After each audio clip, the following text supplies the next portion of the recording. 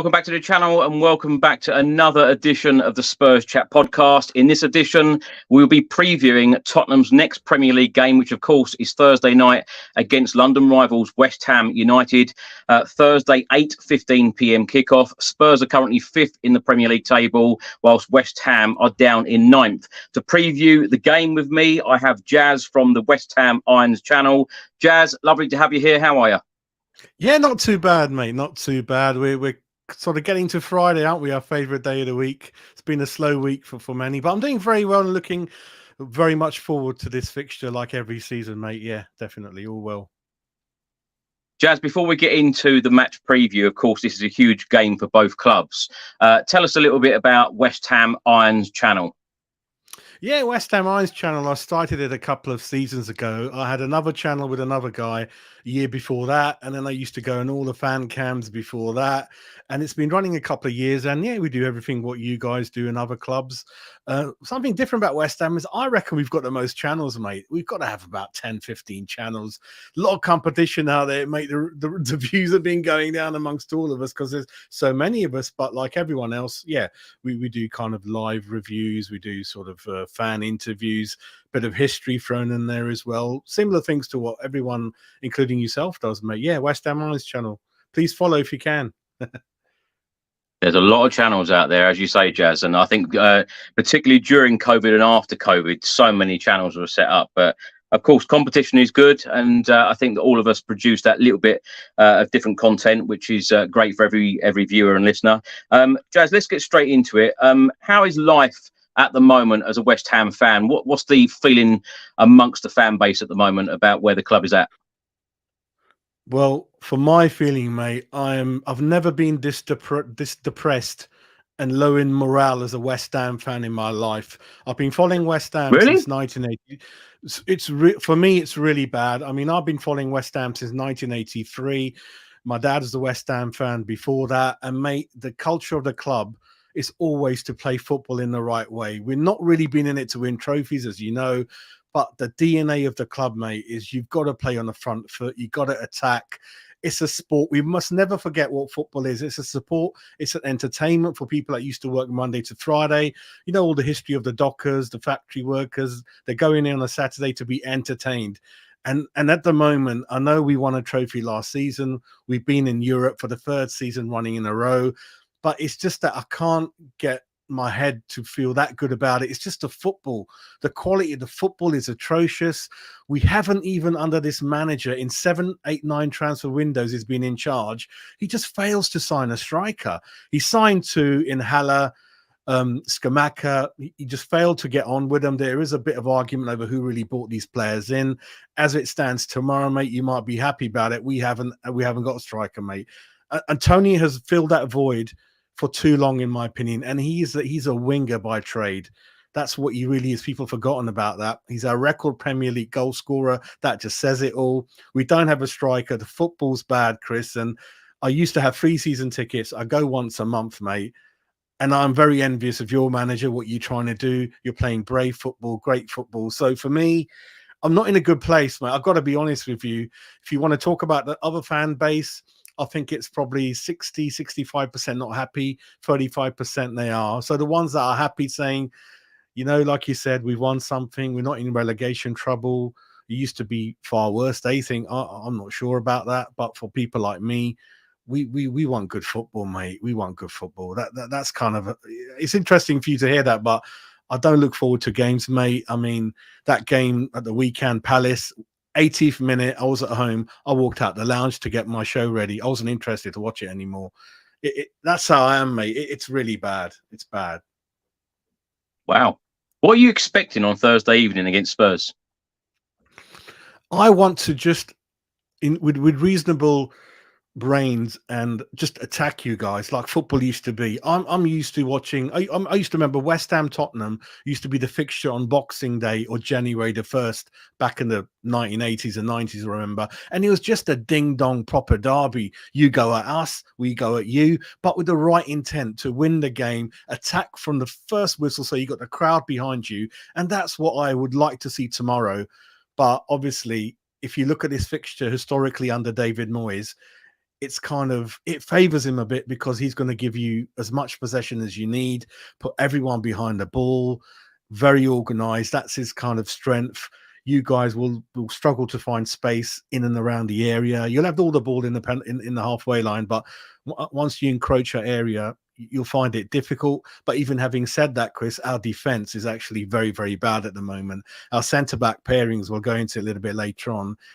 There's a lot of problems there. So what I want is to play on the front foot and attack like you guys have been doing. What we'll see tomorrow, mate, I think is largely that we've seen all the West Ham games. If you look at the stats, is that you will have the ball most of the time, and then we'll rely on probably Bowen and one or two others to do something on the counter-attack, mate. Yeah. Well, we know that Kurt Zouma will be back for this game against Spurs, and Antonio is still out injured with a hamstring injury. Jazz, how would you describe your season so far? And I also wanted to delve into your thoughts on David Moyes as a manager. In your opinion, should he have resigned when he lifted that trophy, Europa Conference League? And I want to talk about that a little bit later on in the show as well. I think when David Moyes first came into the club, I was one of the only channels that wanted him there at that time, because I felt that we were obviously at the bottom, struggling, letting in a lot of goals. And I thought it was out of him or Eddie Howe. And I picked David Moyes because of his experience, the way he organizes teams, how he shores up the defense. That's what we needed, because under Pellegrini, it was open football like you guys are playing at the moment, but a lot of the signings didn't work out. We bought people like Jack Wilshere, if you remember. There was that Ukrainian guy, the winger. He didn't really do much for me, Yarmolenko. And then we needed him at that right time. So he's a right man, like Sam Allardyce used to be, to shore you up, good foundation, make sure you don't go down. And then the idea is you go for a manager that's kind of the one you've got that plays more better football, really. But now it's got to a point where I think he's with respect to his age, I think he's probably with Roy Hodgson, one of the oldest in the league. And when you've got managers from that era, they're used to managing the whole club themselves. They're not used to working with technical directors. They're not used to working with scouts. They don't listen to the amount of assistant coaches, Chris, that have left our club is astonishing. Stuart Pearce was the famous one. And I know Stuart wouldn't say a lot professionally on TalkSport about a club, but other coaches have come out and said he doesn't listen to us. And we don't know why we're here. We try to offer him a second opinion. His in-game management is terrible, Chris. He doesn't make any substitution until the 75th, 80th minute at the earliest. That Palace game was 88th minute, mate. He doesn't do any in-game management. He's only got one formation he ever plays, 4-2-3-1. Backroom team, there's no one there to really be excited about. You won't see much animation from him on the pitch, which I know your manager also, but you can tell your manager's done all that kind of thing in the dressing room, and the team at least that he puts out there shows the spirit and everything they're going for. So he just organizes his team like Sam used to, mate.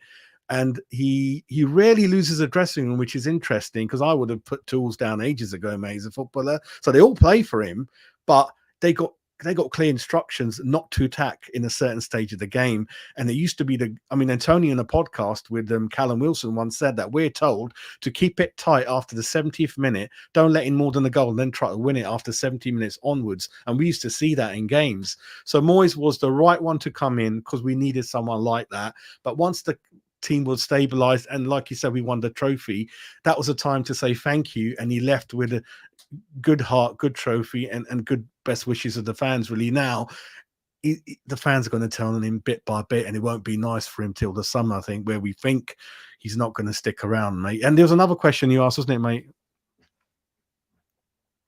Well, I wanted to talk a little bit about the Europa Conference League, because, of course, West Ham won the competition last year. I think that a number of Spurs fans, if it's probably the right terminology that I use here, we're a bit snobby about the competition. Didn't really want to be in the competition. I'm a big fan of, and I know I'm in the minority here, I'm a big fan of whatever competition you're in, go out to win it. Exactly like West Ham did, and you end up lifting the trophy. Of course, you're now in the Europa League.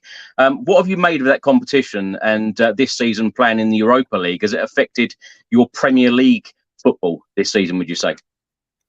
No, I mean, the first question, very, very happy to win it, mate. If anything, you might not know that the West Ham away fans that we have, it's impossible to get tickets for any of the away games. We got a huge away support. We sell out every single game. And for the final, we didn't have any chance. I think there's 25, 30,000 out there in Prague in the park. And 15,000 in London watching it on screens, mate. So I'm very, very happy to win it. From the childhood, we all grew up on FA Cup, mate, the old League Cup. So for me, every cup is important. It was a great evening watching it with the family. And yeah, we'll look back with fondness. For me, I've got no issue. That's another good thing with David Moyes, because I do want to weigh up the argument with him. I don't want to sound that, which I probably am having a go at him all the time, is that he always puts a reasonable, good, strong team in every cup competition, really. So very, very happy with that, mate. Yeah. What's the aim this season for West Ham, would you say, Jazz? What would you be happy with? I think the fans have got a taste for European football, Chris. It's the third season running, and once you've got that, you want to carry it on. So I think at a minimum, they want European football again. Apart from that, Chris, it's just that he's been in charge for 8, 9, 10 transfer windows. And when he first came in, there was like 3 or 4 windows. He wouldn't sign anyone. Very difficult manager. I mean, I remember Harry Redknapp. As you know, he couldn't wait to get players in. I used to love that. As a fan, the 2 things I love the most is obviously strikers that score goals, because they're always your heroes from the time you grow up, and signing players. I get so excited when new players come, just excitement all over, want to know, get the shirt on, see how it goes. Very difficult manager. He doesn't want to buy players. And when we have bought players, it's been on the last 3-4 days left of the window. And then you're kind of thinking, did the chairman force this player down his throat? So on the transfer market, he's difficult to work with. He takes ages making his mind up on players. And even the 5, 6, 7 we bought in this summer, it looks like an okay window, but they didn't come in till the last 2-3 weeks. So we're very slow when the window opens. So I think for us, European football, Chris, is what we would like if possible. But it's the DNA of the club, Chris. It's all this, don't have a striker, people in the wrong positions, mate. I mean, we've got people like Kudos who would rip at any other club, and he's in a cage. He's not allowed to fully go out, and he just, first thing he does, he puts wingers everywhere and tells them to defend first. That's why people like Bowen, he's a monster. Bowen is a gladiator. He'll run all day through brick walls for you. He loves those type of players. Where West Ham, like yourselves, with Maddison and 1 or 2 others you've had in, Glenn Hoddle and people like that, you want someone who can show a bit of skill, has backing from the manager to have a bit of a dribble. If you lose it, don't worry, try again. With David Moyes, we've had people like Benrahma come in. He tried dribbling it, Chris, he lost it. David Moyes gave him that stare, and his confidence has gone for life, and he's never been the same player, mate. So it's just the DNA's not mixing with David Moyes and West Ham, mate. I mean, long term, that's the issue. Yeah. Would you say the fan base is 50-50 then, with being behind David Moyes? Is there many people that want it to work out for him, or is the majority of fans, really not wanting him to be there?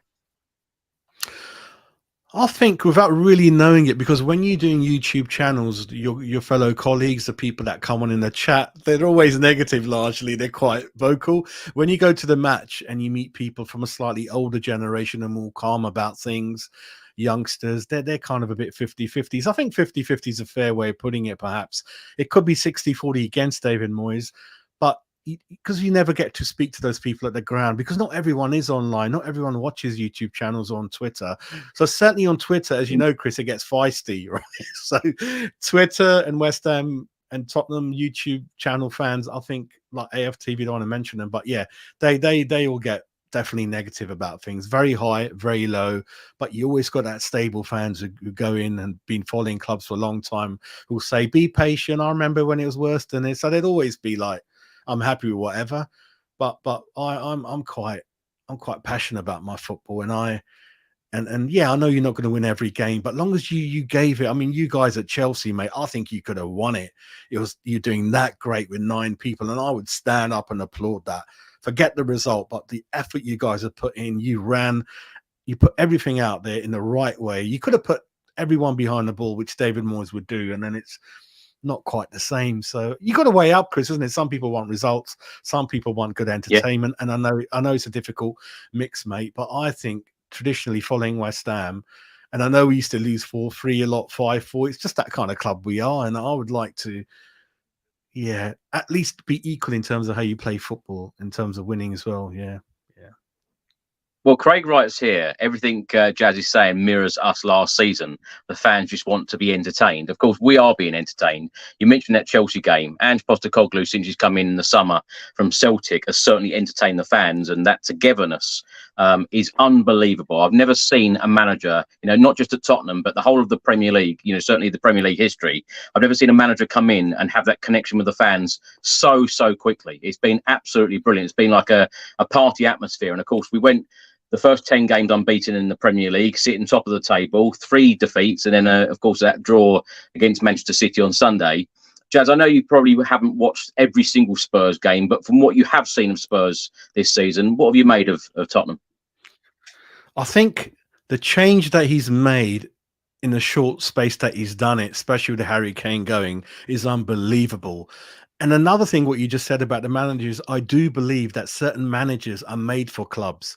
Like you tried Mourinho, you tried the Italian Conte, and I even said to West Ham fans, you could get Pep tomorrow at West Ham. It probably ain't going to work. Some managers are made for each other, the clubs, and yep, your chairman has come across the right ingredient. Took a bit of time, but what I like about Daniel Levy is he's always trying. He's always trying things. I know a lot of it doesn't come off, but when it's not going right, he changes it quick. I like that. Same with your manager and other managers. Like just change it half time if it doesn't. So I think what I've seen from you guys is that if you look at that team, there's a lot of players I didn't really know about. You got Odigi in there, Poro's just come through. You've got Maddison, you've got kind of Gil Johnson. So that's a really half a new team, and they're all doing well. And that's remarkable. They've all hit the ball running. They've all understood the manager's instructions, the DNA.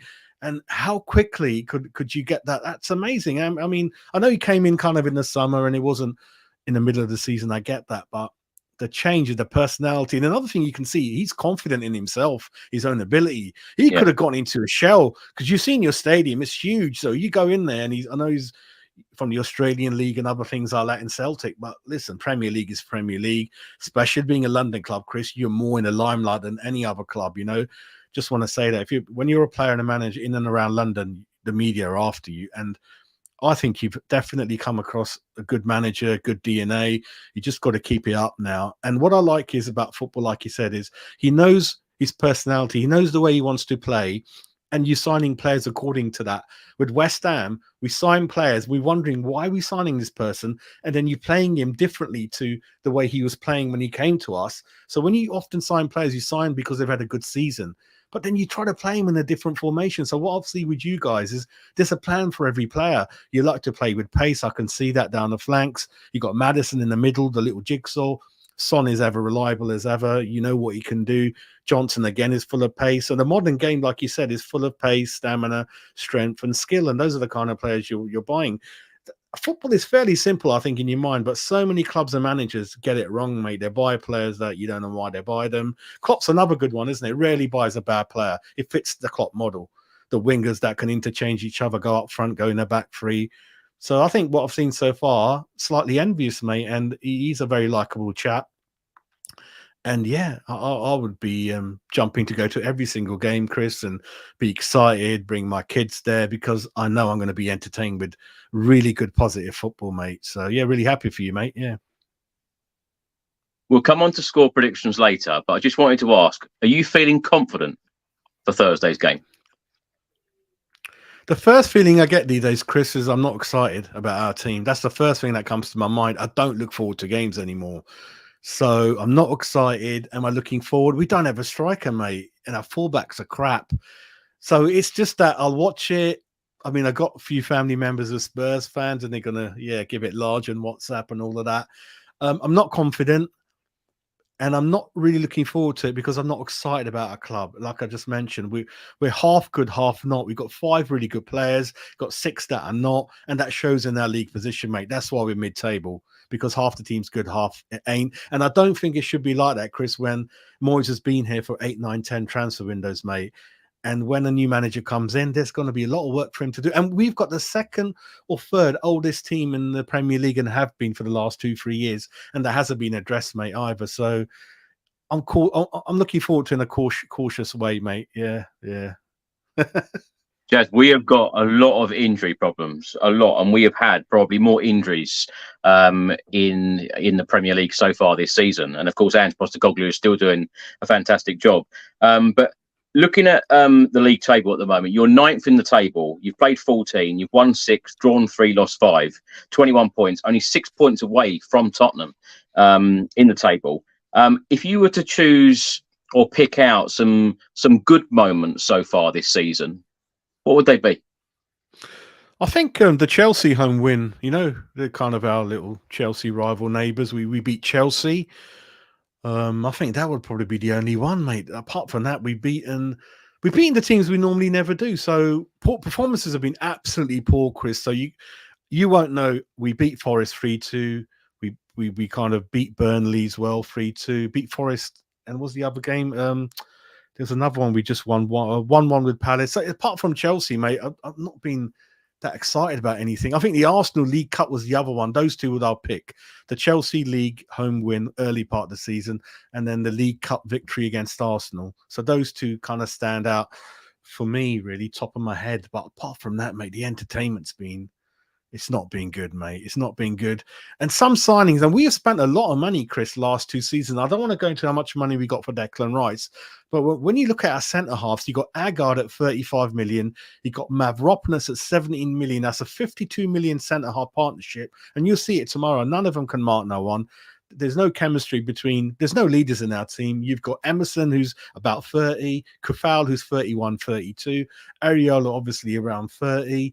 So there's a lot of old players around there, really. But to offset that, you've got people like Bowen, Paqueta, Ward-Prowse, Alvarez, Kudos, who I think could come in and around your team, really. So Ward-Prowse is model professional, but he's 30. And then I know what he offers. He sets up a goal every other game, but I know apart from that, a lot of the fans are not happy with him. Paqueta's a good CDM, but not your typical CDM. He can distribute it a lot, got a lot of skill, hard to get the ball off him. Man City are still interested in him. Souček, I don't really like, but he gets goals. He's box to box. Apart from that, doesn't do much. Bowen is the one who's always reliable, 7 out of 10 or more. He'll run all day long for you. Kudos is cherry on the cake. Any other club would have had him. Chelsea were close to getting him, full of pace, can play in any of that 3 behind the striker. Alvarez is a typical CDM, Mexico international from Ajax. No nonsense, bit like your Højbjerg, keeps it nice, keeps it ticking, protects the back 4. So those are the kind of things we've got, but we haven't got a striker. And it's like driving a car with one wheel missing, Chris. It's a big thing, mate. It's huge. And we know that Bowen can score goals, though. And I tell you what, if I'm honest, I'm a bit gutted that Spurs didn't sign him back in the day, because we were linked with him during multiple transfer windows when he was at Hull City. But when you go back to the summer, you mentioned Harry Kane being sold to Bayern Munich from Tottenham. Many people thought that, 30 Premier League goals for Spurs last season. Many people thought, where on earth are those 30 goals going to come from? And Ange Postecoglou has said in many press conferences that the goals will be spread out. And it is exactly what's happened so far this season. And Heung-min Son stepping up, of course, going in the middle as well. But of course, you lost your best player in Declan Rice in the summer. How would you describe both clubs progressing on this season without those stars in the team, particularly West Ham with Declan Rice going to Arsenal? I think, mate, that we are better all-round squad. So we have used the money quite well. We've got kind of, as you said, we've got Souček was already there, but we've got Paqueta, Kudos, Alvarez, Ward-Prowse in that centre and midfield kind of area. So overall, we brought in more players, the squad slightly stronger. But if Rice was here, I don't think we'd be doing anything much better. So you wouldn't affect who's up front or anything like that. And Rice didn't bring many goals to the table. And with Arsenal, they keep the ball a bit more. So he's got his 3rd goal last night, I think. So overall, squad-wise, we've got more numbers in there. We beefed it up a bit more. But it's just that, yeah, perhaps we could have bought a striker in, I think. So sometimes when you're overloaded with wingers, why buy another winger? So what we haven't got, mate, is your Maddison. We don't have that number 10 who dictates play, takes the ball off the CDM and starts the attacks. We don't have that. We've got 2 CDMs. Paqueta's all right, but he does lose it a lot. He's not really like Maddison. But I think we haven't got a striker, and in that 3 behind the striker, we like to have that where Maddison exactly plays behind the striker. We like to get someone in there. And then Kudos and Bowen would be our wingers. So that would be much better. at the moment, we got a few CDMs. We're playing in that front three, front four. That doesn't quite work for me. Our fullbacks are very old, mate. They try their best. Emerson is having a half-decent season. Chelsea reject.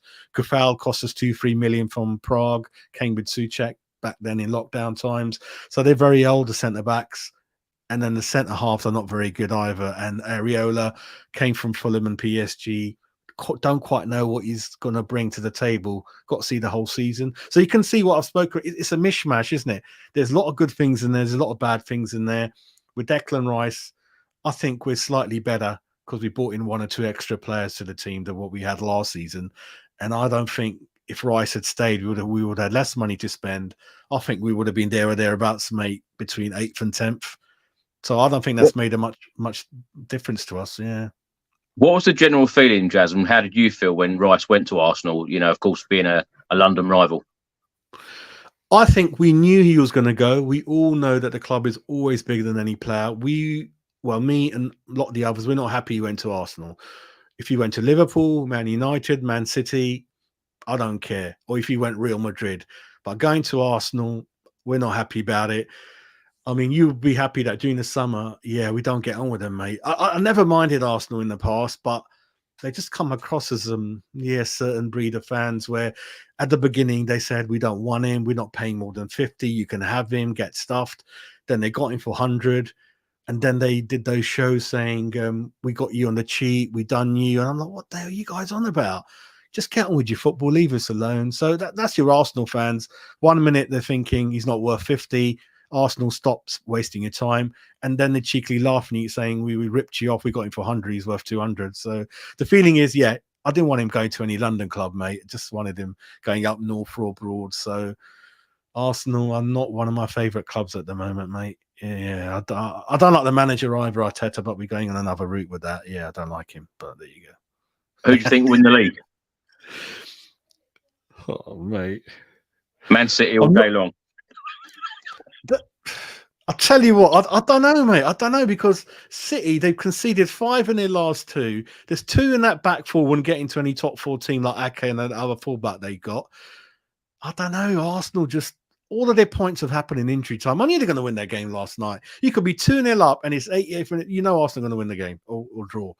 So, they're going to buy a couple more players, and there's always a bad time in the season for a club. I don't know. I don't know, really, mate. I don't know. I think Arsenal, they're much better than last season with Rice and a few other things, and I think they're going to go at it in the January window again.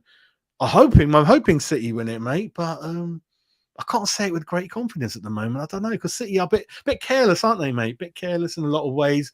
But you're saying exactly what my family and everyone says. Oh, they always start late. They're just warming up. And I'm like, you don't want that lead going 4, 5, 6, 7, 8, 9, 10 points, do you, mate? But I hope not, because that wouldn't be nice for me, mate. I can't stand them at the moment. I don't know what would happen. I mean, I don't know what you would do, Chris. I don't know. For me, I don't want to think about it. No, I'm not even going to go there, because I think that Pep and Manchester City have dropped too many points in the last couple of games, and I think they'll sort that out, because he's that type of manager. They're that type of team, and they've got so much strength in depth as well. Jazz, I wanted to ask you, what do you think of the term when Spurs fans in particular say to West Ham fans, "This is your cup final"? What do you think of that? Not much, really. Just go over my head, mate, because I liked it when he introduced the channel. He said that a West Ham rival. So I like that, because they don't say that normally either. So I thought Chris has fallen into it. So I like that. We're polite here. No, I don't really mind. It's a bit of banter. It's cup final. That's fine. It's been going on for a while. And maybe we need a bit of that before a game, a bit of that banter, a bit of rivalry, a bit of adrenaline flowing between the fans, isn't it? As long as it's obviously, even on Twitter, as long as it's respectful, it's not personal, and everyone behaves themselves on the ground, I think it's fine, isn't it? All fine. Yeah, I don't mind. It's fine. Cup final. It doesn't really mean anything to me. It goes over my head. It's just that, I mean, you had a good team under when Kane was there and Son, and I think we stopped you winning the league then, Chris. I was at that game when we beat you 1-0, Antonio, in that Leicester title-winning season. I think we contributed towards that. I was there. I remember that. I thought you guys were going to run away with that, mate, with Poch. Poch was one of the guys I wanted at West Ham. I love the man. Absolutely got a lot of time for him. He's got a big job at Chelsea. Not sure if he should have taken it, but he's slowly turning it around.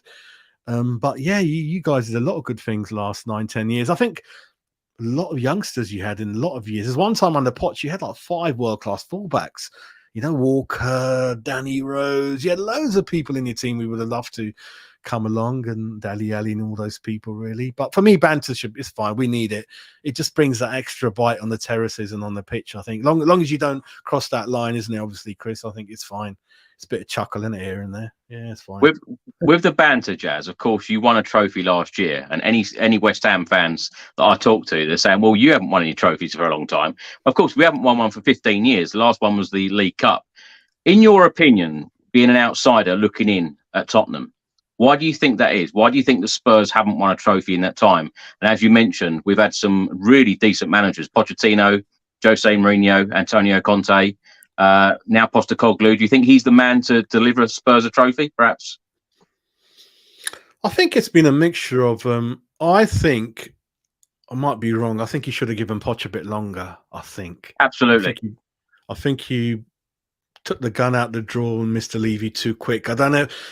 It's all these things in my mind. Sometimes I think the chairman wants to glory, so Poch was getting big, weren't he? He's getting bigger than Daniel Levy, and maybe it was that danger. Like, God, that guy, I think sometimes the chairman want to be in the picture and want to be like they're the number one. So I think sometimes you sack a person too early. We got rid of Alan Pardew too early, mate, in the Tevez season, Mascherano. We had all these players when we lost the 2006 FA Cup final to that last minute Gerrard goal, and then we brought Mascherano, Tevez in, and then he was gone by November time. We were in Europe, so that's another example. The other example is you don't always necessarily want to go for the biggest, most expensive name like Mourinho or Conte. They're not quite right for the club. Conte, you knew he's going to fall out with the chairman, and then he's going to say it in the press conference. That's not good. Mourinho, it's the style of football, Chris. Mourinho, it's the style of football. It's not for me. I love the man individually. He would motivate me more often than not, but it's just, I saw at Man United what you did. You can't recreate that Chelsea team again. So it's a mixture of the wrong managers, right managers got them early. In-game management, I think it's always hard for a team to win their first trophy if they haven't, but then depends on how long you've tried with that team. I mean, sometimes you say you haven't beaten that club in 5 years, but then you got a fresh new team. I don't know about that. So, I mean, I remember the Champions League final. I mean, that was awful to watch, wasn't it? Liverpool wasn't very good entertainment. You guys, I reckon, I think you were neck to neck with them, but whatever happened, happened. And then you're being close in the semi-finals and the League Cups and FA Cups and things like that. I think it is hard to win a trophy, isn't it? Because you look at how many, we've got 92 clubs in our league. There's only 2-3 trophies. That's not many to go around, mate. And there's so much you need. Luck in the draw, goalkeeper having a game of his life, penalty shootouts that often decide ties, mate. So I don't think there's anything too wrong you've done. Although I do remember when Poch had got it there, 80-85%, and what Klopp and Alex Ferguson used to do, you got to buy when you're at the top. You got to bring those 2-3 people in. Yeah. And I remember you guys, for 2 windows, you didn't buy much, and I could tell that you've missed it then. And we did the same back in the mid-80s when we finished third. We didn't buy anyone. So I think it's a bit of those 3 things: letting go of the manager when he shouldn't, bought 2 in that weren't quite the DNA of Spurs, and third thing, you didn't buy properly when you were there or thereabouts. Because you should have won the league the following season when Leicester won it then, but in that window, if I'm right, Chris, didn't quite go in at the... Levy didn't get the purse out, did he? I don't know. Yeah, I'm like a broken record on this channel, Jazz, because it was actually 518 days without a signing, and Pochettino still took us to that Champions League final, having not spent any money in all of that period. So he did a remarkable job, and I completely agree with you. And I think the majority of the fan base would agree that he should have probably been given more time. And sadly, he's gone to Chelsea. I don't like that decision whatsoever, because I know that he's going to improve them as a football club and take them further on in the future.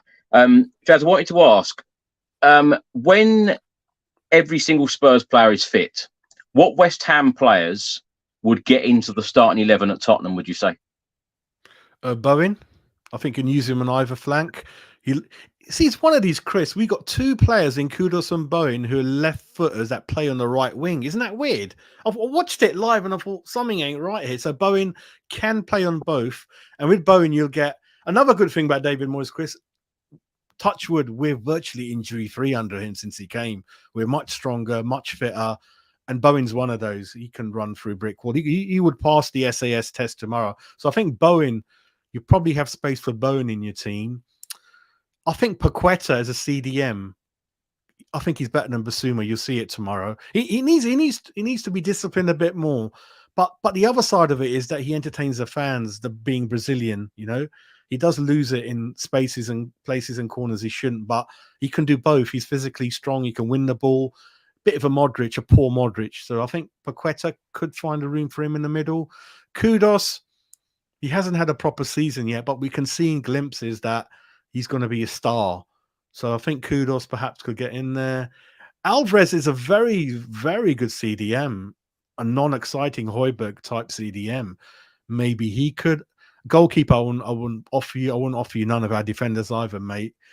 Ward-Prowse is too old. I don't know if you looked at him in the window, but rightly so. Perhaps he didn't because he's 30 and Maddison's better all round in that type of position. So I think, Paqueta, Bowen, Kudos, Alvarez, I think you could be close to getting in your team.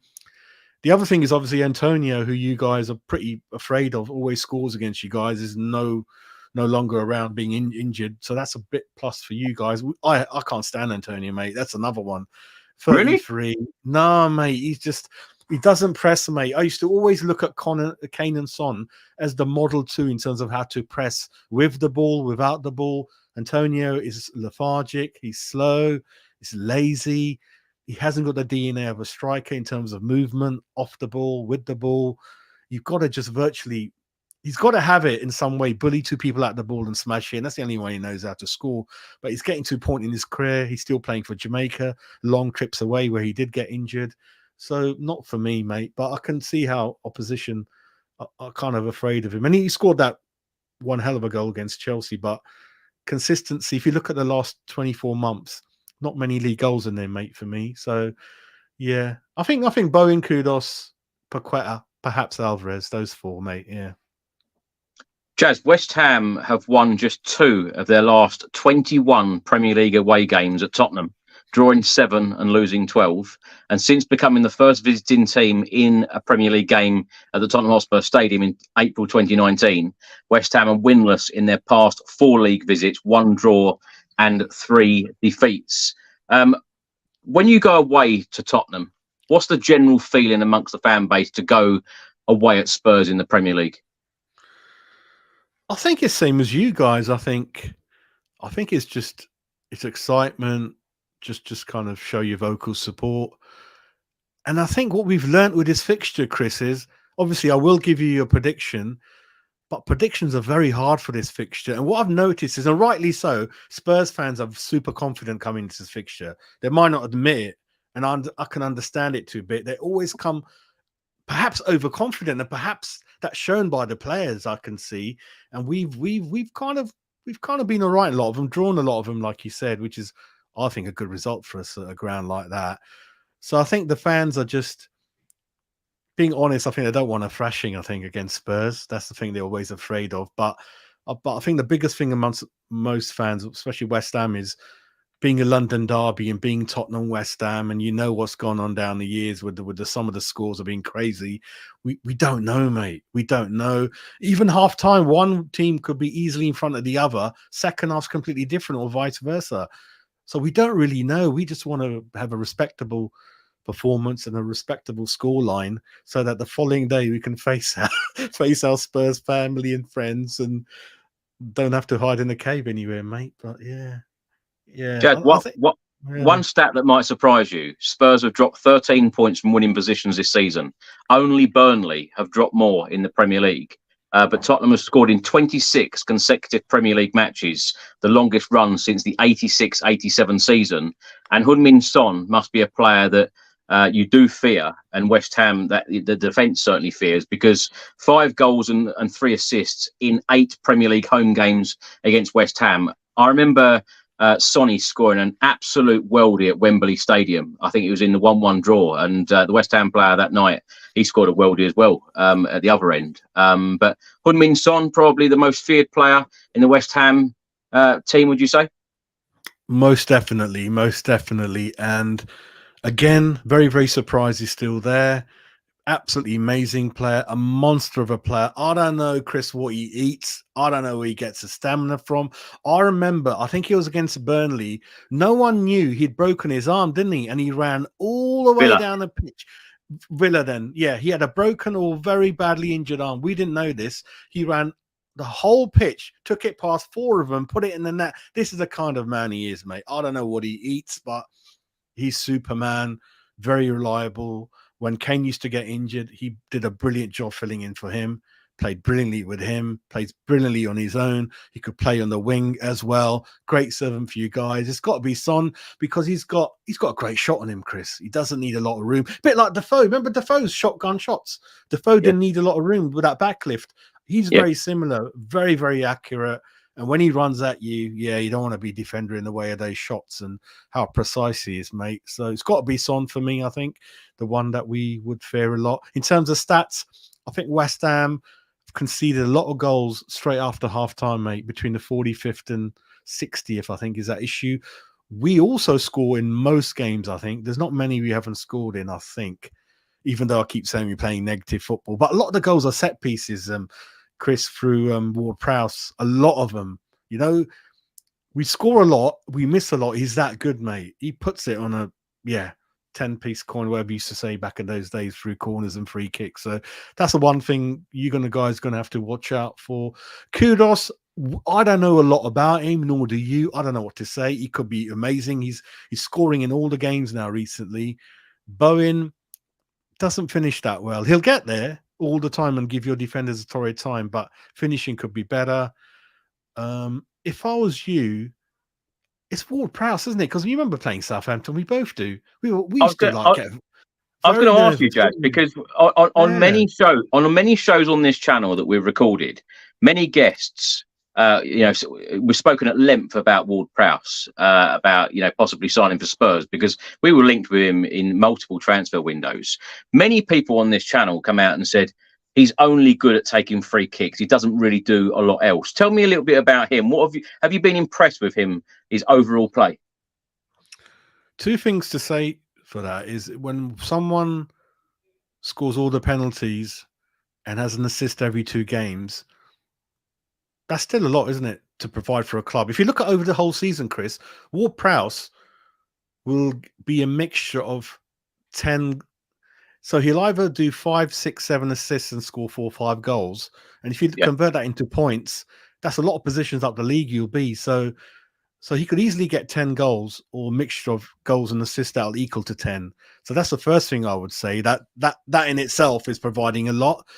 If he didn't do that, there could be a lot more to his game. I think in the first half, you usually find him trying to put his foot in, but there's a second half and you don't see much then. I think a lot of fans last game were not too happy with him against Palace. So there is that side to it, but it's very difficult judging a player like that because he could do nothing all game than ping a corner in 87th minute and we've scored, and the record books will show that's an assist. So it's hard to weigh out, but I'd rather have him in my team than not. And I remember with Southampton, I did not want to give any free kicks to this guy.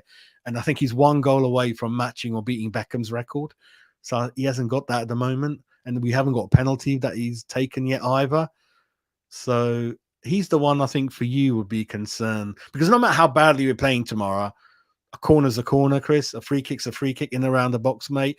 But the other thing we don't do that you notice, mate, under Moyes, again, it might be good for a lot of people. For me, it annoys me, which is we don't dive. We don't dive. We don't roll around. If Bowen could be 3 players hanging off his neck, he ain't going to go down.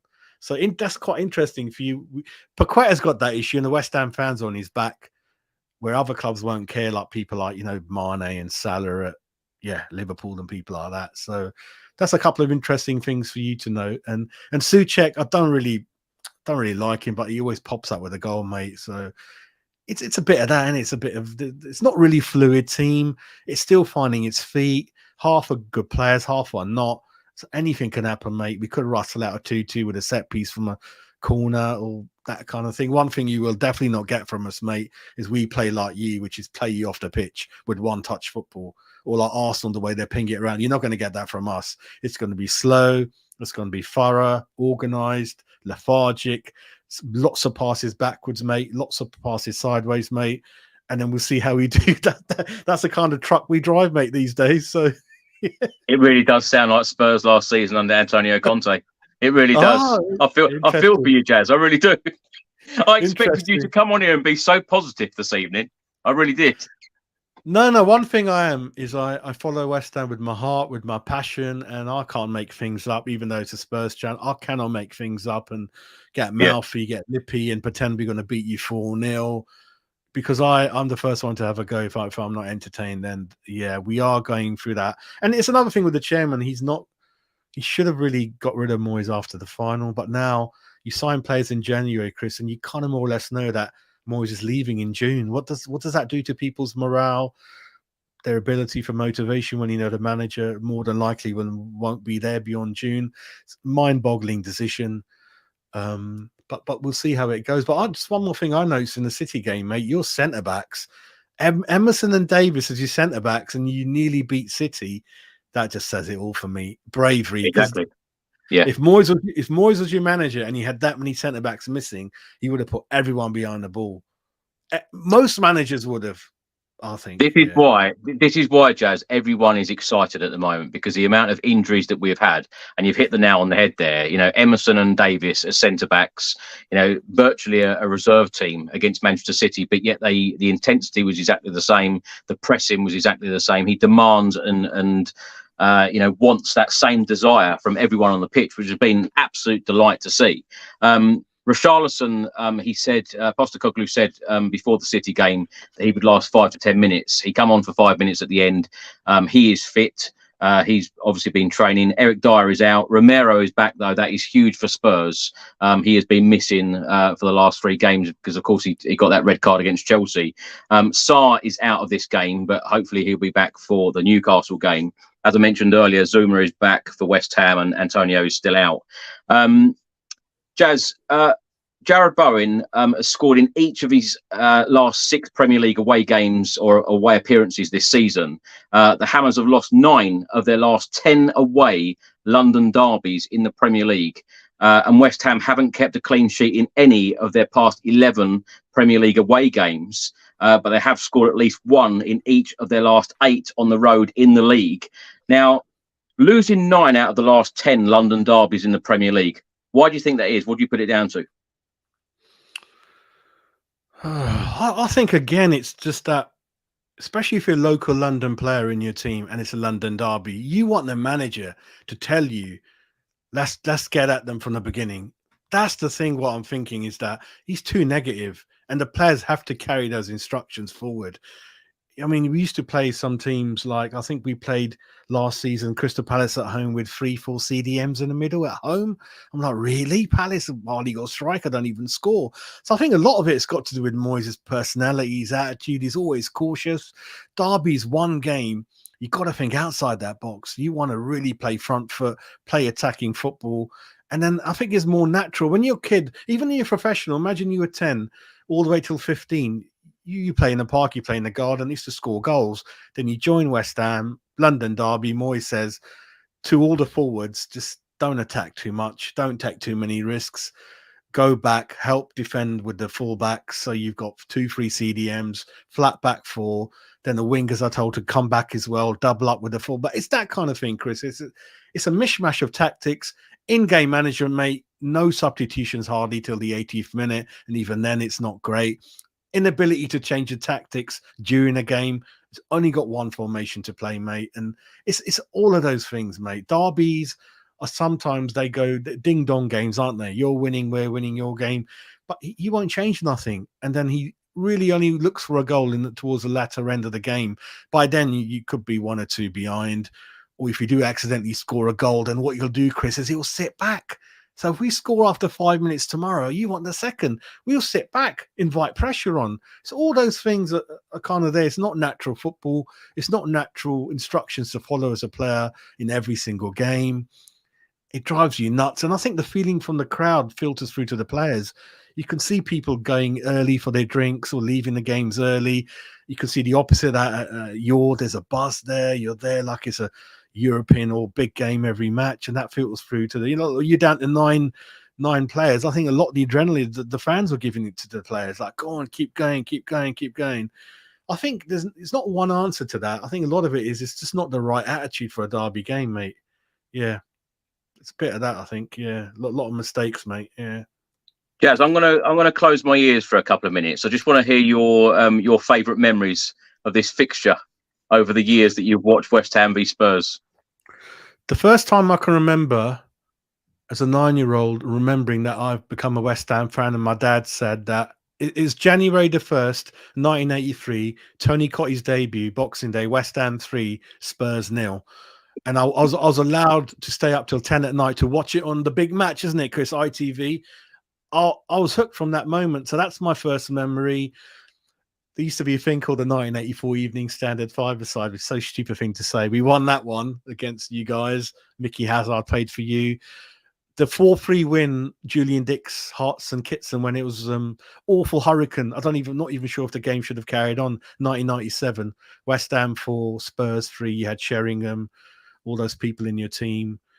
I think the 3-3 match will always stay in people's memories. What a crazy game in lockdown that was. Lanzini's late equaliser. Wow, yeah, yeah. It's a mixture of those. A bit of 3-3, bit of 4-3s in there. Yeah, a couple of wins one win in the 90s, and then, but it hasn't been too many. Again, I'm being honest. You go back last 20 years, there's not been many. A few 1-0s in there that I don't really want to go into, but I think Antonio got one in 2021. But they're not memorable games. The memorable ones are the ones I mentioned. But we've had good games. You've had great players that have been West Ham star players. You've had Glenn Hoddle, Modric, try to play football the right way. I remember Klinsmann, all those great players, Gareth Bale, so many. And so I think you got the right way of playing, and I think you've found the right guy. You've just got to stick with it now, even if it goes for patches not so well, because sometimes playing football like that, you are sometimes going to concede a bit more than you want. But if you give him time, give him more current encouragement with more money, and then he can filter it through to the under 21s, under 18s to play the same way. So when he joined Tottenham as a 13, 14, 15-year-old, you know exactly, and they're going to tell you this is the type of players we're looking for. And then the scouts, they know what they're looking for. They're looking for far skillful players, technical players. Then everyone's on the same wavelength. It's just when you start bringing in managers, like another thing we've done, Chris, is we've brought in Bilic, who was very good attacking football. Then we went to Sam Allardyce, opposite football. Then we went back to Pellegrini, attacking football. Then we went back to David Moyes. So in between that, you're going to lose half the squad because they're not your players, what they often say. So I would say just keep with it, mate. Keep with it. And I know it's a short kind of patience people have got, including the club and the owners and whatnot in the modern day, but just keep with it. And we forgot. And even you now know why you followed football. You now, it's all coming back to you as a kid. This is what football's about. When you go there, when you come home, you're buzzing, mate, irrespective of the result, because you've seen 11 men out there who've played like Tottenham fans. And I go to our games, and yeah, you can see a lot of results in there, mate. But I've just come off and I'm being bored. It's just, it's not nice. But yeah. Jazz, how has VAR been for you this season? Because of course Spurs have had many games this season where VAR has been really dominant in the games, particularly that Liverpool game where, of course, Diaz, that goal should have stood and it didn't. And of course, all of the newspaper reports were all about VAR rather than the actual match. Has VAR played a big part in West Ham's games so far this Premier League season? Not really. I don't think so. We used to suffer a lot before VAR, especially against the big clubs, Chris, badly. You know, Liverpool would die for penalties. We got done in that. The season you finished second, they said that if VAR was there, we would have finished in a European place. So before VAR, we suffered a lot, mate. It's come in. Again, there's a lot of things I don't agree with. Some I do. It hasn't affected us in terms of as a big thing like you guys. And I think Arteta started spitting his dummy out, the way he is, and Klopp and people like that. But not really so far that I would say that, God, that was bad. It should work. I think the referee should do a bit more. I think he should dictate when to go to the screen and not like they do it abroad. And then sometimes they get lazy, the linesmen, so they're just relying on the VAR to flag it up to them, that kind of thing. I think actually that Man City thing with you guys was a bit weird, where he stopped the game, wasn't it, at the end? That I didn't understand, because they looked like they were advancing in a fairly dangerous position. That again isn't VAR connected, is that just a referee thing? I think playing. The more I've seen that though, Jazz, I've seen that Sky Sports the other day. They kept playing it and playing it and playing it, and they slowed it right down and said, "Look at when the referee blows the whistle." You know, Haaland was fouled. Haaland then played the ball, and it wasn't until the ball was actually through and then the referee whistled. It was a really, really strange decision. I know, of course, it was good for Spurs, but there was no guarantee that Grealish was going to score. Of course, he had to get past the last man and, of course, get past Vicario. Might have scored, might not have scored. But as you say, a very, very strange decision from the referee. What do you think was going through his head at that point? I think it's a huge, huge fixture. Big ground, sell out, all the cameras are on there. It's a live game. I think he got nervous, mate. I think things happen so quick, Chris. We can't imagine how quick that happens. It's just that. It's far too quick. And it's one of those that VAR can't really bring it back to do anything. It's just happened. I've not seen it too often, mate. It's a human error. Some people like that in the football. They like that human error, don't they? It kind of draws up all these discussions and things. Some people don't want it becoming, because I follow cricket a lot, and that's completely error-free nearly. It works so well in cricket and tennis. You know, they've got the same kind of thing going on, and it's minimized in terms of delays. They rarely get a decision wrong. Football is different. Rugby, I don't follow. I don't quite know what goes on there. So I think you're going to get it, but VAR got no excuse, have they, mate, when there's 2, 3, 4, 5 of them pausing it, taking it time. I think with Liverpool, I think they rushed it again under pressure. So I think someone's got to tell them how long they've really got to make the right decisions, because that's kind of what we want, I think, in the end. But again, easy saying it, I think. But the way they draw the lines, Chris, and not seeing all the angles, it is a bit of a weird to me what they're getting up to. So I think VAR should work, and they've got to look at it. But then another interesting discussion, Chris, was that the flack the referees are getting, we might not be too many people that want to be referee, mate. It might be struggle to find people that want to do that job.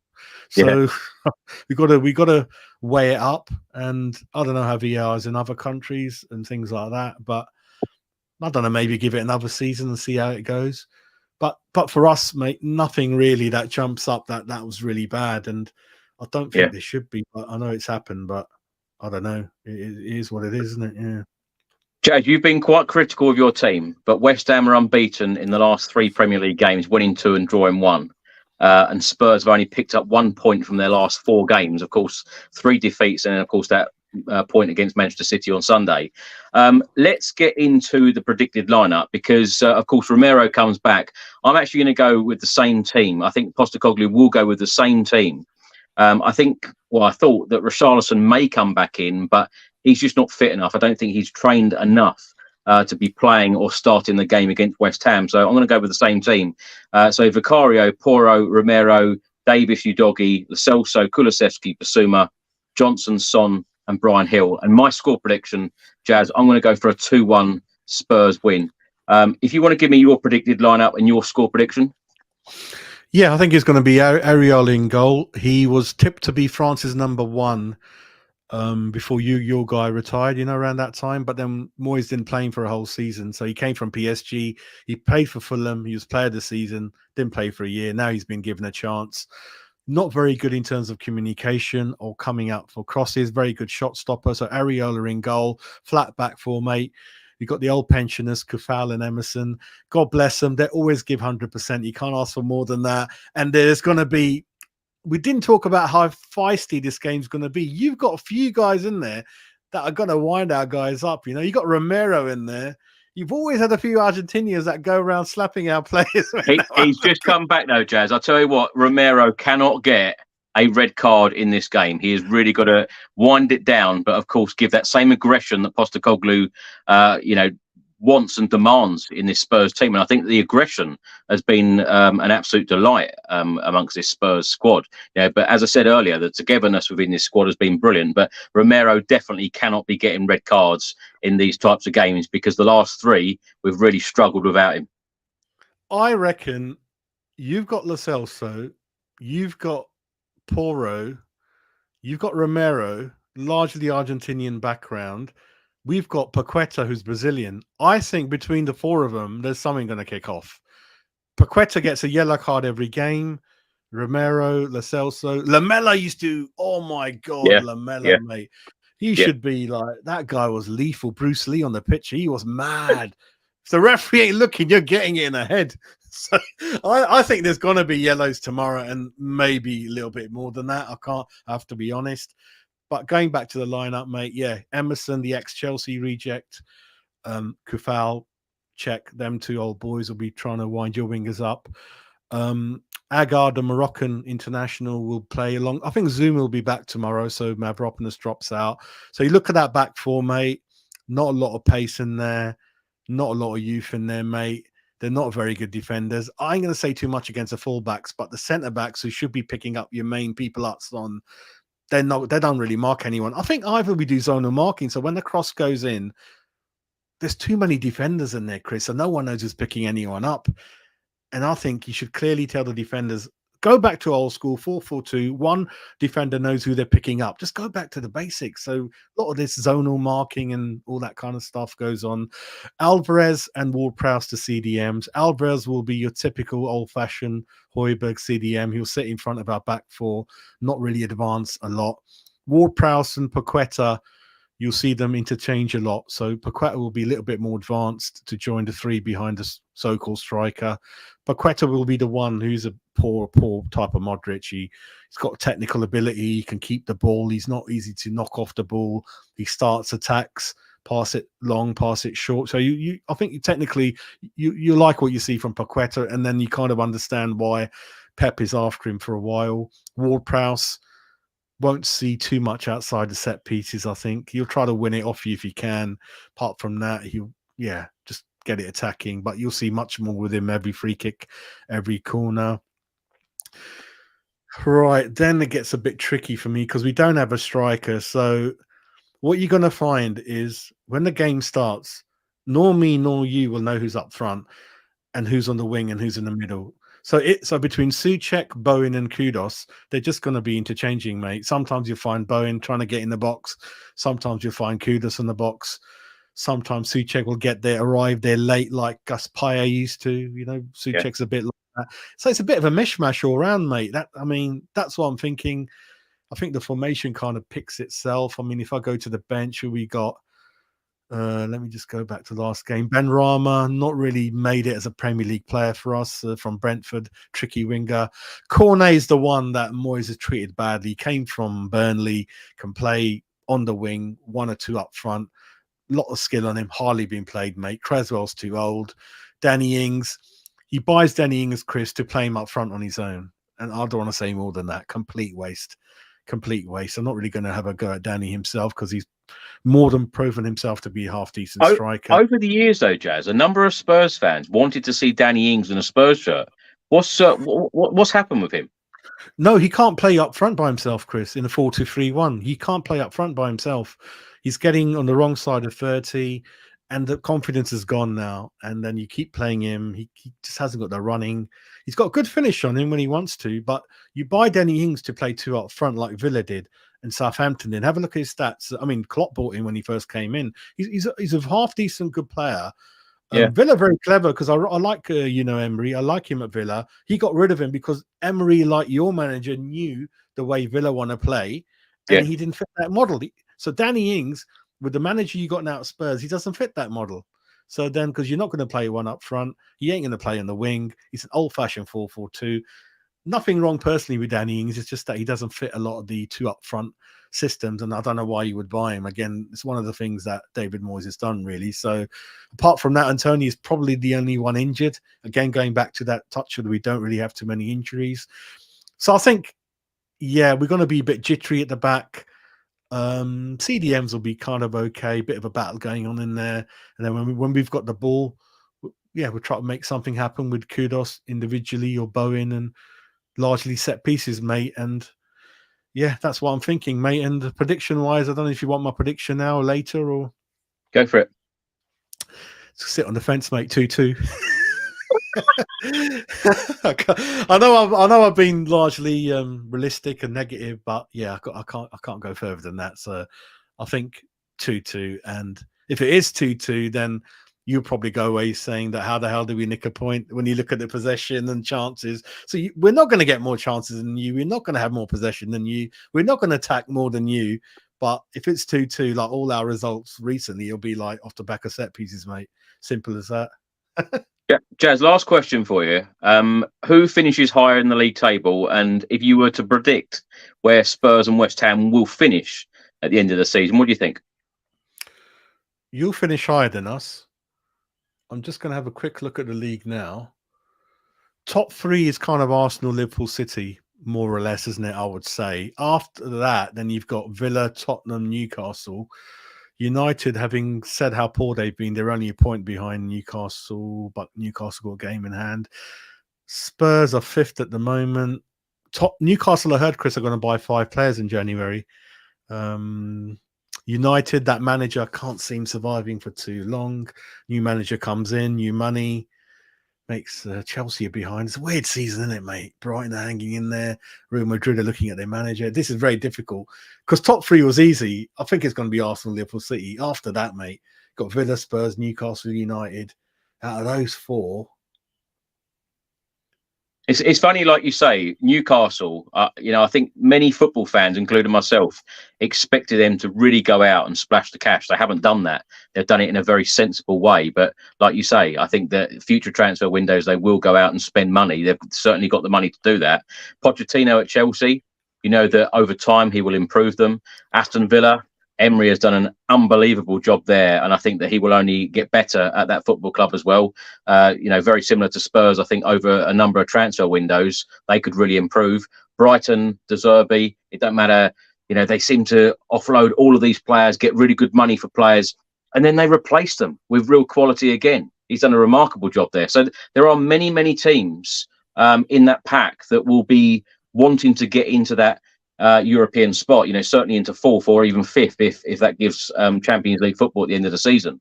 I think that's certainly Tottenham's goal, after our good start. But let me just go back. I know I said that was the last question, Jazz, but let me go back to the question I asked earlier. To be a successful season for you in league position, what would it be to qualify for Europe again, say 6th or 7th to get back into the Europa League if you don't win it?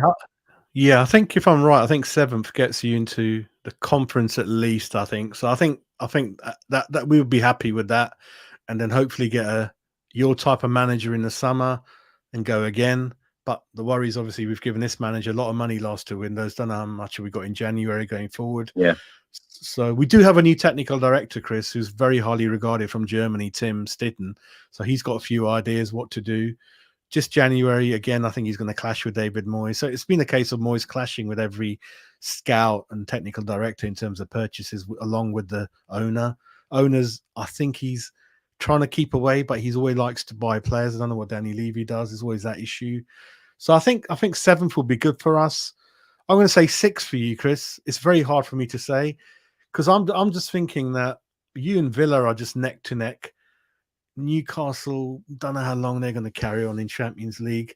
And United, because United's that kind of name and club, they might not deserve it, but they always end up there or thereabouts. I don't know how.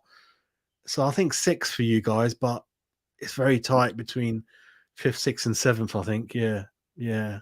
Of course, Nick Pope has just been ruled out for 4 months, Newcastle goalkeeper. And as you say, Man United, you never know what you're going to get with them. They either seem to lose or win. They don't really draw games, and it's a very difficult one with Man United right now. You don't know, they've all got the mentality that it's such a big club, and they've done wonderful things in the past, but they're nowhere near what they were at the moment.